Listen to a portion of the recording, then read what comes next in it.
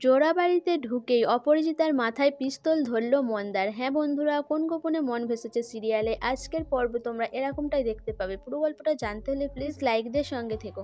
শরীর অসুস্থতার নাটক করে অরু দাদা ওখান থেকে পালিয়ে যায়। এরপর শ্যামলী বলে যে তাদের ঠিক হয়নি এইভাবে চাপ দিয়া। এরপর শ্যামলী আরে বাড়িতে ফিরে আসে। শ্যামলী বাড়িতে ফিরে আসার পরেই অনিকেতের ঘরে শুতে যায়। সেই সময় অপরাজিতা এসে হাজির হয়। অপরাজিতা বলে যে এই ঘরে থাকার তোমাকে কে পারমিশন দিয়েছে শ্যামলী, যাও এই ঘর থেকে বেরিয়ে যাও। এরপর শ্যামলীর হাত ধরে ওই ঘর থেকে বার করানোর চেষ্টা করে।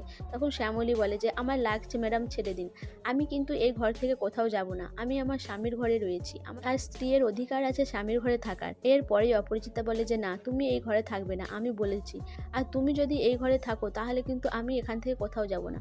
শ্যামলী বলে যে আমি সারা জীবন অনশন করে বসে থাকবো এখানে, আমি এই ঘর থেকে কোথাও যাব না। এরপর বাড়ির সবাই এসে হাজির হয়। অপরাজিতাকে সবাই বলে যে এটা করা উচিত হয়নি, ছেলে বউয়ের মাঝখানে ঢুকে এইভাবে কথা বলাটা ঠিক নয়। আর তাদের স্বামী স্ত্রীর ব্যাপার, তারা যদি দুজন দুজনকে মেনে নিয়ে এক ঘরে থাকে তাহলে তার অসুবিধা কোথায়। এইসব নানা রকমের কথা শুনে অপরাজিতা রাগ করে ওখান থেকে চলে যায়। এদিকে মন্দার রোহিণীকে বাড়ি পাঠিয়ে দেওয়ার কথা বলে, কিন্তু রোহিণী বলে যে না, আমি বাড়ি ফিরে যাব না, তোমাকে এই অবস্থায় রেখে দিই, তোমাকে চিকিৎসা করে আগে সুস্থ করে দেব, তারপরে তুমি যেথা খুশি যাও।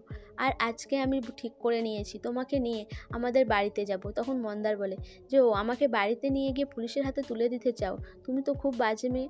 এরপর রোহিণী বলে যদি আমার সেটাই মন্তব্য থাকতো তাহলে তোমার সাথে এই কথাগুলো শেয়ার করতাম না।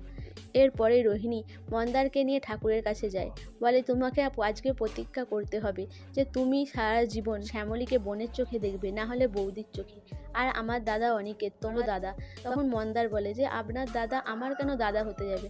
তখন রোহিণী বলে যে আমি বলছি তাই। এরপর রোহিণীর কথা রাখতে মন্দার হাতে ফুল নিয়ে ঠাকুরের কাছে প্রতীক্ষা করে যে সারা জীবন সে শ্যামলীকে বৌদি বা বোনের চোখে দেখবে, আগুন স্পর্শ করে সেটা প্রতীক্ষা করে। এরপর রোহিণী ঠিক করে মন্দারকে সে তার বাড়িতে নিয়ে আসবে। রোহিণী বাড়িতে ফিরে আসাতে সবাই খুশি হয়। অনিকেত বলে যে তুই ফিরে এসেছিস, আমরা খুশি হয়েছি। তখন রোহিণী বলে যে আমি আমার একটা বন্ধুকে এই বাড়িতে এনেছি, সে এখানেই থাকবে। তখন অনিকেত বলে যে কে বন্ধু, শ্যামলীও জিজ্ঞাসা করে। তারপরে আগামীতে দেখানো হয় যে মন্দার এসেই অপরাজিতার মাথায় পিস্তল ধরে রোহিণীর দিকে তাকিয়ে থাকে।